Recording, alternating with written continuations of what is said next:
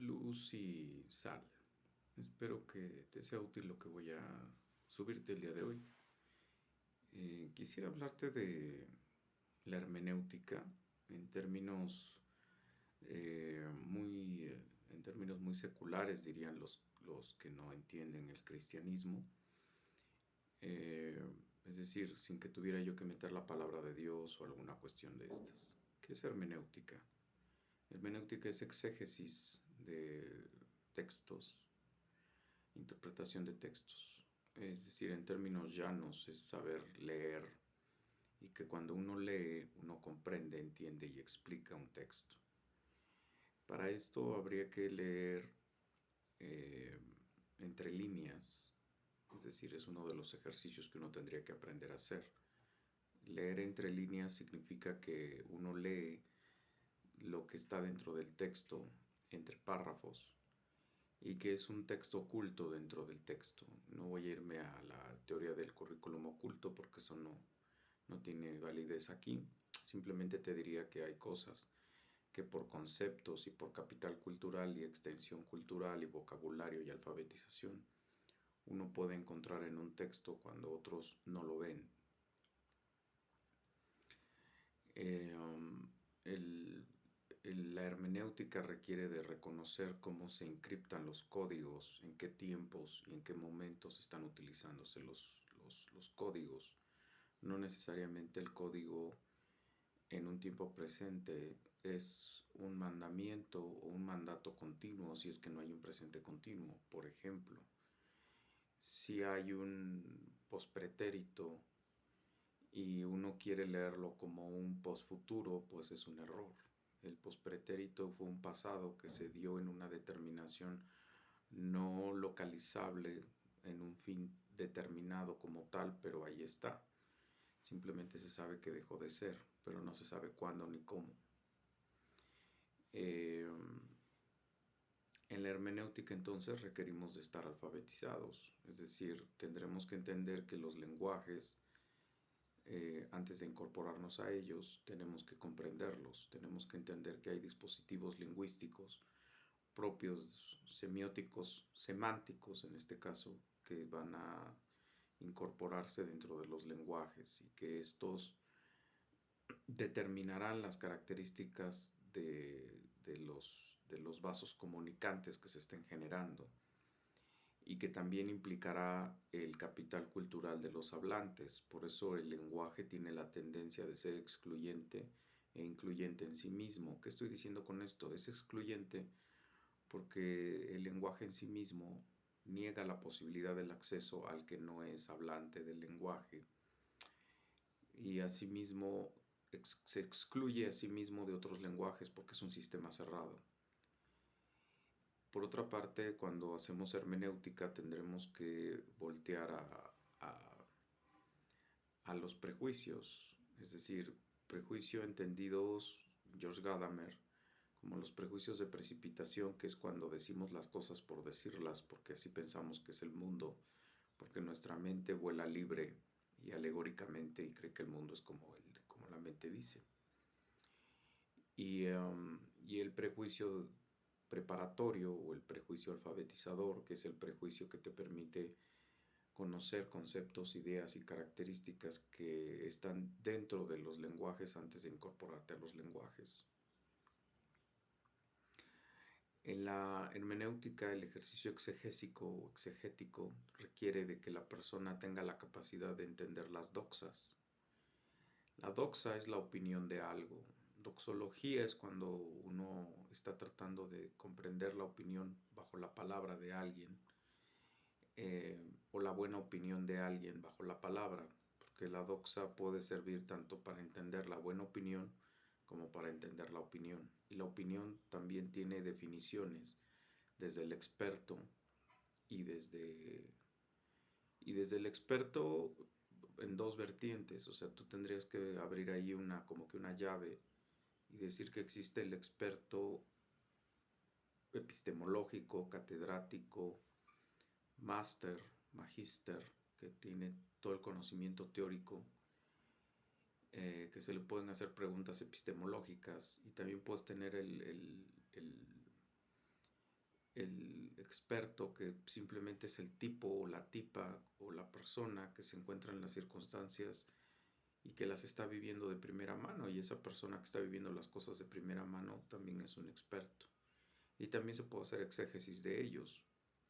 La hermenéutica, si bien es la interpretación de textos escritos en sus raíces, también se puede utilizar para los imaginarios sociales, para las teorías, perdón, para o sea, para el discurso jugado en praxis, en el discurso vivo, cuando se está dando, en el dado dándose de los vasos comunicantes. La, la, cuando haces la lectura de los textos, entonces hay que también ver los metatextos y el prototexto. El metatexto es la característica del texto que te quiere llevar a un lugar y a un momento y a un escenario que no está puesto en el texto, pero que él pretende que tú veas a partir de la lectura del texto.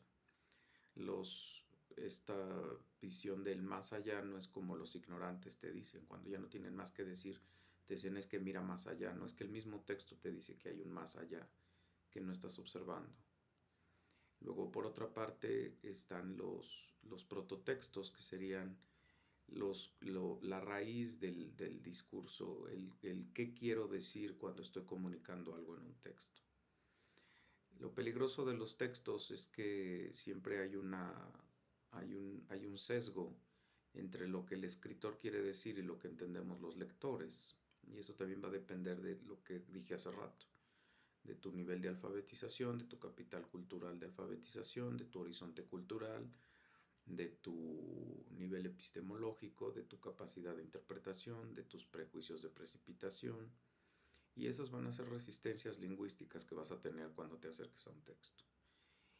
Y obviamente no puedes desaparejar en la lectura de los textos por objetividad, que hay subjetividad en los textos. Es decir, que quien está leyéndose en el texto o quien está hablando en el texto está tratando de decir desde su perspectiva lo que él entiende, interpreta o ve en el mensaje que está lanzando.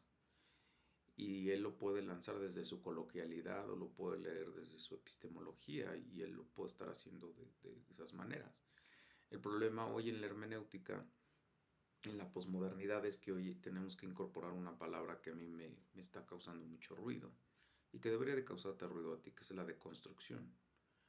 La hermenéutica deconstructiva, si es que se le puede llamar así, es la disolución de la palabra en sus términos más simples y llanos para poderla colocar en donde uno la quiere colocar, para que diga lo que uno quiere decir, pero entonces ya es un forzamiento de la palabra y no la palabra misma diciendo las cosas. Por otra parte, cuando tú hablas de la hermenéutica, tú tienes que hablar de la acción del código y de la codificación y de la decodificación y de estas capacidades que uno tiene que tener como intérprete de la palabra. O sea, cuando tú decodificas, tú tienes que aprender a sacar del texto lo que está en el texto y que no es visible para los demás. Y el caso de codificar es también saber colocar las formas en las cuales la gramática te permite expresar lo que quieres decir realmente, y utilizar todas las herramientas que la lingüística tiene, que en el caso del lenguaje español es muy amplia, ¿no? Desde los signos de admiración, desde los guiones, desde las cursivas, desde las negritas, desde las muchas cuestiones que podemos utilizar, ¿no?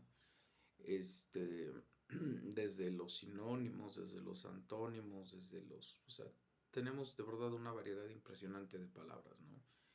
El problema, por ejemplo, con el lenguaje inglés es que más bien es de superposición del mismo concepto en diferentes situaciones, y por lo tanto tiene diferentes acepciones. Por otra parte, cuando tú haces hermenéutica o cuando yo hago hermenéutica, lo que estamos haciendo es tratar de interpretar los lenguajes.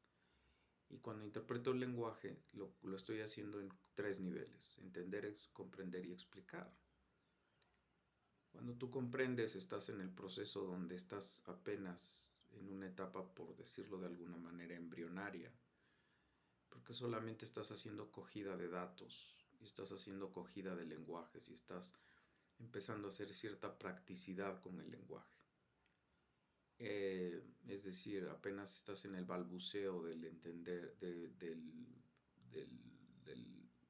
del introducirte a los lenguajes, de introducirte a los conceptos, de introducirte a la realidad que te están diciendo.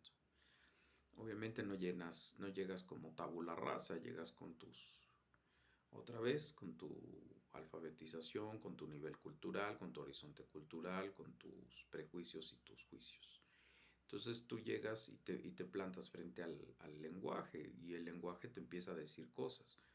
Ahí se empieza a producir un apareamiento de lo que tú estás diciendo con lo que te está diciendo el lenguaje.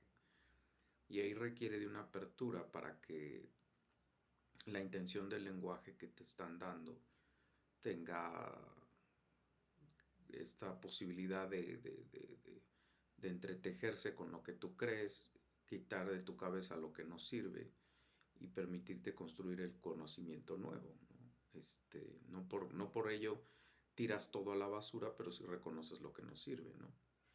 Por otra parte está el entender. El entender es construir un discurso acabado, por decirlo de alguna manera, pero interno, donde tú ya hiciste réplicas, donde tú ya hiciste doxa con algún experto de lo que tú estás entendiendo, donde tú ya hiciste un diálogo interno. Y este diálogo tuvo sus dialécticas porque tuvo sus contradicciones, y entonces recuperas la idea que te dice lo más cercano a lo que quiere decir el texto.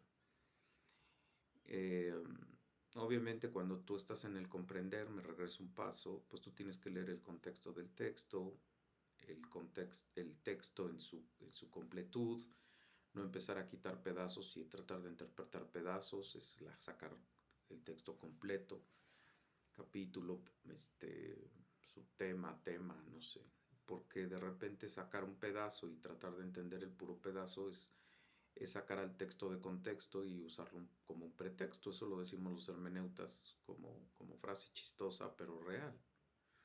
Entonces, el entender, bueno, implicó que ya sé quién es el autor, ya sé cuál es su contexto, ya sé lo que quiso decir, ya sé por qué lo dijo, ya sé cuáles son las condiciones culturales bajo las cuales lo dijo, por qué de repente tuvo que esconder palabras donde no había por qué esconderlas, por qué tuvo que hacer uso de alegorías cuando las tuvo que hacer en lugar de decirlo de forma explícita, etcétera, etcétera, etcétera. Hay muchas atenuantes que el contexto del texto te pueden dar para que tú entiendas por qué se escribió como se escribió. Y luego, por otra parte, regresando al entender, eso ya me permite como que incorporarme a sus lenguajes y como empezar a intentar construir el último paso, que sería el explicar. Cuando tú explicas, tú estás generando un segundo discurso externo, es decir, estás plasmando en algo o estás plasmando en un vehículo lo que a ti te quedó claro o lo que tú creíste que era lo claro y lo quieres comunicar a otro que va a comprender. Obviamente ahí están los recursos de la didáctica. Por ejemplo, o sea, vas a poderlo producir en un artículo, en un libro, en un mapa mental, en algo que te permita decirle al otro lo que tú estás entendiendo. Y obviamente le estás pasando la estafeta al que comprende para que él empiece a hacer su proceso de exégesis. Y eso nos permite hacer lecturas de realidades, de textos, de contextos. Y así, no digo transmitir, pero sí comprender lo que está ocurriendo en un momento histórico o en un momento escritural, es decir, qué se estaba diciendo, qué se estaba pensando y cómo se estaba procesando, ¿no? Entonces, el hermeneuta tiene que tener esas capacidades, ¿no? Y obviamente partir de los pininos, hacerte de diccionarios especializados en el área, hacerte de lecturas previas donde te digan introducción a la, porque de repente queremos llegar al texto duro, al texto maduro, al texto fuerte, y pues no podemos, ¿no? O sea, no necesariamente. Entonces sí necesitamos como que nos den primero un primer acercamiento para este tipo de textos. Espero que te sea útil la información, Luz y Sal. Hasta la próxima.